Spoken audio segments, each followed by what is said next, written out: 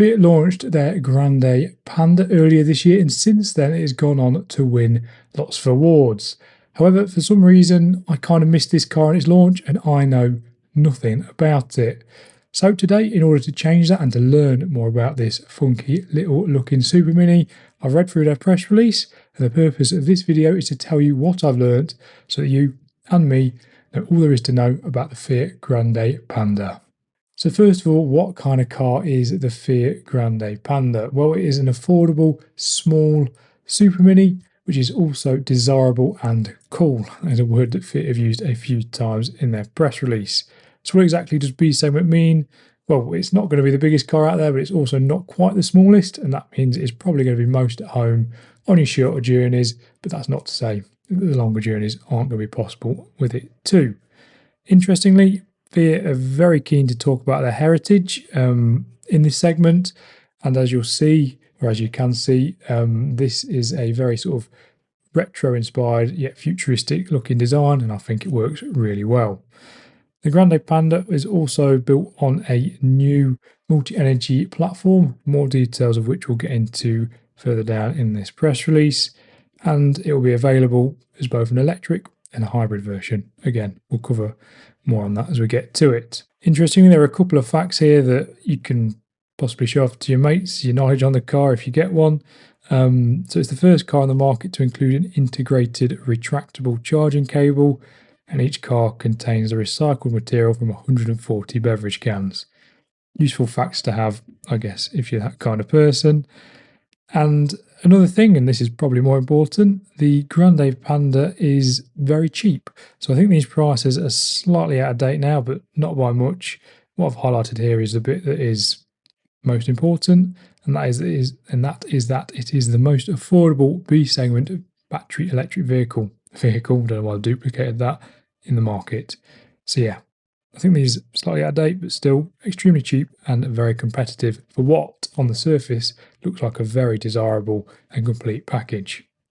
It's going to arrive in dealerships. Yeah, it's already happened. I'm doing this in retrospect because I missed out on it at the time and I want to learn more about the car. So yeah, they're kind of the headline figures. Why should you be excited about it? Well, it's cheap, and as I said, it looks to be a very desirable thing. So yeah, let's dive into some more of the details. So what I've highlighted here are bits and pieces that I think leap out as important. So here we can see it's going to be the first model of the new global family. And here again, we've got worldwide. And this to me is an indication of how seriously Fiat are taking this car. Now I'm assuming that car manufacturers take all of their cars seriously, but the fact that they're aiming at this being ideal for both family and urban life worldwide, to me, is a good signal that they're going to put a lot of investment and time behind making this right and making it a good product, which is good news for the end consumer. As we can see here, the Grande Panda is the first Fiat built on the Stellantis smart car platform. Smart car platform indicates that lots of other cars are going to follow that are based on this platform, but this is just the first, which again, like I say, means that there will have been lots of investment to make it right. Interestingly, they referred to the Panda, and this is going to be in reference to their roots and their heritage in this segment, as a family mover. And that is a surprise because on the surface this looks like quite a small and compact Super Mini, yet they're keen to point out that it's got plenty of space inside. Moving down a little bit more, here we go. It's the inaugural model of a new family set to be introduced in the coming years. So yeah, there'll be lots of cars on this platform moving forward. Multi-energy, so that means you're going to have electric cars, hybrids, who knows, maybe even some pure ICE cars on it as well. And here we get to the next section. So as you can see from the outside of the car, it doesn't take a genius to figure this out. The Panda has taken a lot of inspiration from Fiat's heritage, and that is no bad thing. And here, basically, they're talking about how proud they are that it is taken from their heritage. So the Panda from the 80s is living a second life in the modern era thanks to a new model showcasing cool personality with iconic features and its Italian signature. Cool is a bit cringe for a corporation to use, so the fact that I think Fiat have used that multiple times, this at least twice, is proof that they really want people to think this is a cool looking car. And to be fair, I'm not going to argue. Here we go. This is talking about the size. So this is the first time that grande does not mean large. The grande, I'm probably butchering how you say that, but who cares? I'm just going with it. The Grande Panda is unique for its compact size. So I think what they're saying here is it is below the average length for the segment. However, in height and width, it's not below average, meaning it can guarantee comfort for 5 people, which on the surface of it is quite impressive as it does look like a small car. Here you go. And this bit here just sort of reiterates that. The family mover truly embodies its forerunners' values through the strength it conveys and its structured volume. Press release language is certainly something. Here's them being proud of the Italian heritage, which is fine. I'm just not going to read that out. And here is talk of some of the design elements that go back to Fiat's heritage. So you'll be able to see on the video, there's plenty of design quirks on this car, which I think work really well. And they do sort of hark back at Fiat's of old. And here's just a few examples of that, such as the 3D branded low relief Panda lettering on the doors and the Fiat on the rear. Yep, not much to add there. This is sort of just talking about the exterior. Probably don't really need me to read this out. Here, I don't quite understand what they're saying. So he's got these LED lights on the front, which recall the famous 80s video game. Don't know what 80s video game that means, but I think it's just them basically saying it's retro cool. It's retro futuristic. How cool is this? And yeah, it's very in vogue at the moment. But as I've said, I do think it works. So that's fine. Now, this is something I quite like. I think I do remember reading about this No Grey initiative back when Fiat first announced it. Basically, you can't get the new Panda in grey. You can get it in black or white. Obviously, I think the more colourful, the better in this case. And this embodies the Italians' colourful lifestyle and reflects Fiat's DNA. Yeah, fair enough. I guess, given the English weather at the moment, everything that an English brand will sell should be grey because it's miserable outside. But anyway, we carry on. Here we go, talking more about the space inside. So it boasts the best shoulder room in the segment, which adds even more to its already special habitability. That's easy for you to say. Inside there's plenty of storage, so you've got 13 litres in the dashboard, 3 of which can be found in just one compartment. And on top of that, the Grande Panda presents above average boot space. And that's always a win. Obviously, you want to have as much boot space as possible. And here we go again, mentioning the family thing. Yeah, the key to point out, this is a small car with plenty of space. We get it, Fiat, we get it. But this is the press release, you're not really supposed to see this. I'm just reading it out because why not? What's next? What is next? I think this here is just them saying that the interior of the Fiat is kind of trying to be as joyful and as cool, say the word, and as full of personality as the exterior. I just sort of highlighted this bit because I thought it was quite amusing. They're basically saying specifically the infotainment area with the tunnel pad at the dashboard, at the vents and the seats stitching are embellished with yellow details, bringing joy to the drivers and their passengers. So there you go. If you buy one of these, you've got to look at the stitching on the interior because it's going to bring you joy. This here is talking more about the interior. From what I've seen, the interior looks cool. I just don't really think it's much point in reading it out. What you need to know really is that there are a 10-inch cluster, so that's in front of the driver, and a 10.5-inch screen in the middle. And that's going to be where you get all of your infotainment features, basically. Right, next up, the important bit, powertrains. So, as mentioned, the Grande Panda is available as both an electric and as a hybrid. So here we go, with a 44 kilowatt hour battery and an 83 kilowatt e-motor, which is the equivalent of 113 horsepower, the electric Grande Panda offers 199 miles of range in the WLTP combined cycle. So what's that usable? Maybe 150? Yeah, for an urban car, that's fine. As a second car, fine. And to be honest, for my use cases, the longest I ever go is about 50 miles. So it'll be fine for me in all situations. Obviously, your use case will vary. Here they've said it's perfect for weekend getaways. Might be a stretch if you're going miles away, but let's not get into that.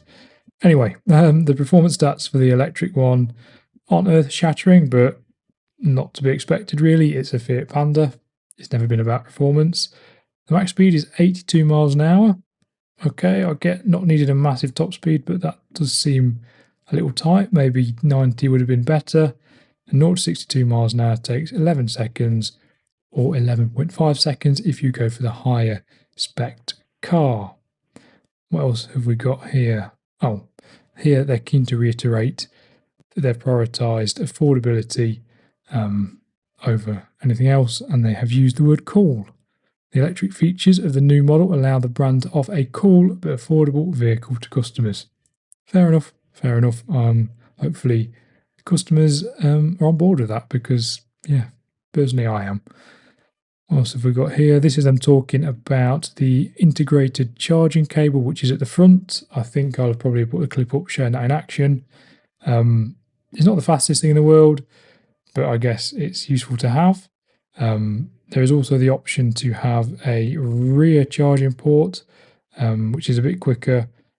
However, both cars, or whatever you specify, whether that's the front or the rear slow charging, you also have access to standard DC fast charging, offering speeds of up to 100 kilowatt hours, which can complete a charge in just 27 minutes. So that's good to know.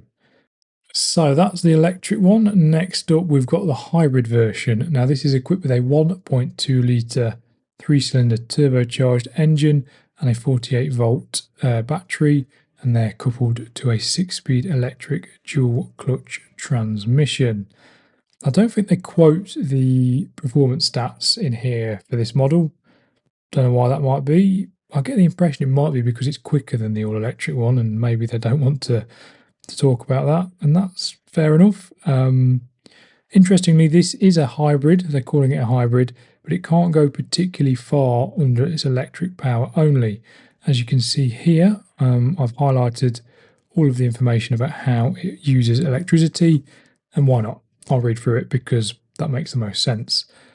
So, the hybrid powertrain offers numerous advantages, including the e-launch function, the ability to start in 100% electric mode to provide a smooth, silent startup with zero petrol consumption. Likewise, the electric engine boosts the vehicle's efficiency and dynamics and enables the ICE to turn off in certain situations, ICE meaning internal combustion engine, and this happens when travelling in the city or on rural roads with smooth driving, providing up to 0.6 miles electric range at speeds below 18 miles an hour. So yeah, as a hybrid it can do 0.6 miles on electricity alone and only at speeds below 18 miles an hour. It also engages in stable conditions on flat roads or on a highway with a downhill slope when the driver releases the accelerator, enabling efficient power demand and battery management. Okay, so I assume that just means it will recoup some charge when coasting. Fine. This bit here I think was quite interesting. So the e-creeping function relies solely on electric power and is primarily used for making short forward movements without pressing the accelerator, such as when stuck in traffic, EQing, and it is also used to park in 100% electric drive, either in first gear or in reverse, e-parking. So basically, as a hybrid, your battery range is very limited. However, I don't know whether they've just worded and sold it to me well here. I do quite like the sound of it because you've basically got an electric car for your low-speed manoeuvres and when in traffic, and for all the other times, you've just got a car that fundamentally is powered by its internal combustion engine. And yeah, I think you could read this two ways. You could say, one, what's the point? Or you could be more positive about it and say, actually, that's quite cool. And personally, I quite like the sound of that. It's an urban car, so the fact you can be in traffic using electricity only and parking in electricity only mode is quite good. Yeah, I like the sound of that. Yeah, not going to read what they tell you what the benefits are because that's going to be up to the consumer to decide ultimately, but it's pretty much what I just said. This is interesting. They've said that both the electric and hybrid versions embody the easy drive philosophy, offering an unprecedented level of simplicity. Just two pedals ensures a relaxed and effortless driving experience, particularly suited for urban environments. So as I said at the top of the video, yeah, predominantly this is going to be an urban car that will be capable of going out into the greater world when required. And yeah, again, I don't see a problem with that. It's a Fiat Panda. It's not going to be a Mercedes S-Class, is it? And that makes perfect sense to me. Sitting in traffic in a manual car isn't fun. And that's coming from somebody who commutes in traffic and is sick of it. Anyway, this bit here is just talking more about their integrated charging cable. So probably not going to go over that in too much detail. I'll just leave it on screen there in case you want to pause it. But yeah, it's a cool thing. It's one of those things that you hope is well engineered and isn't going to break, because then it's a shame that the integrated charging cable is broken. But I'm sure that it won't. I'm sure it's going to be absolutely fine. And it's, like I say, it's a cool thing to tell your mates. Talking of things to tell your mates, here we go. This is the bit about the recycled material that's been used and the interior. This, I think, is some marketing spin, so I've highlighted it, but I'm not going to read that out. Basically, the recycled, I'll read this bit. First, each Grande Panda contains recycled material from 140 beverage cartons. Indeed, in an automotive first, Fiat plays a crucial role in extraction and recycling. Each of the 140 beverage carton bottles used per vehicle consists of 80% carton and 20% non-recyclable plastics and aluminium, usually thrown away during recycling. For each Grande Panda, Fiat recovers precisely that 20% to create the vehicle's interior blue plastic parts. I'm not going to read what it's called because I'll get it wrong. The result of this ecological process is explicitly perceivable through a shimmering effect given by the aluminium, I'm saying it wrong, in the plastic blue details. So yeah, that's cool. I think it's quite nice that maybe you can see that on the interior. And then they've also done something with bamboo, and this is visible, I think, in the higher spec cars. You can see the bamboo effect on the dash. The dashboard of the La Prima version is coated with a special textile composition specifically created for the Grande Panda that not only recalls the bamboo externally, but also in its structure. 33% of its fibre is made of real and pure bamboo fibres. There we go. And apparently that is an automotive... no, it's just a milestone in the automotive industry.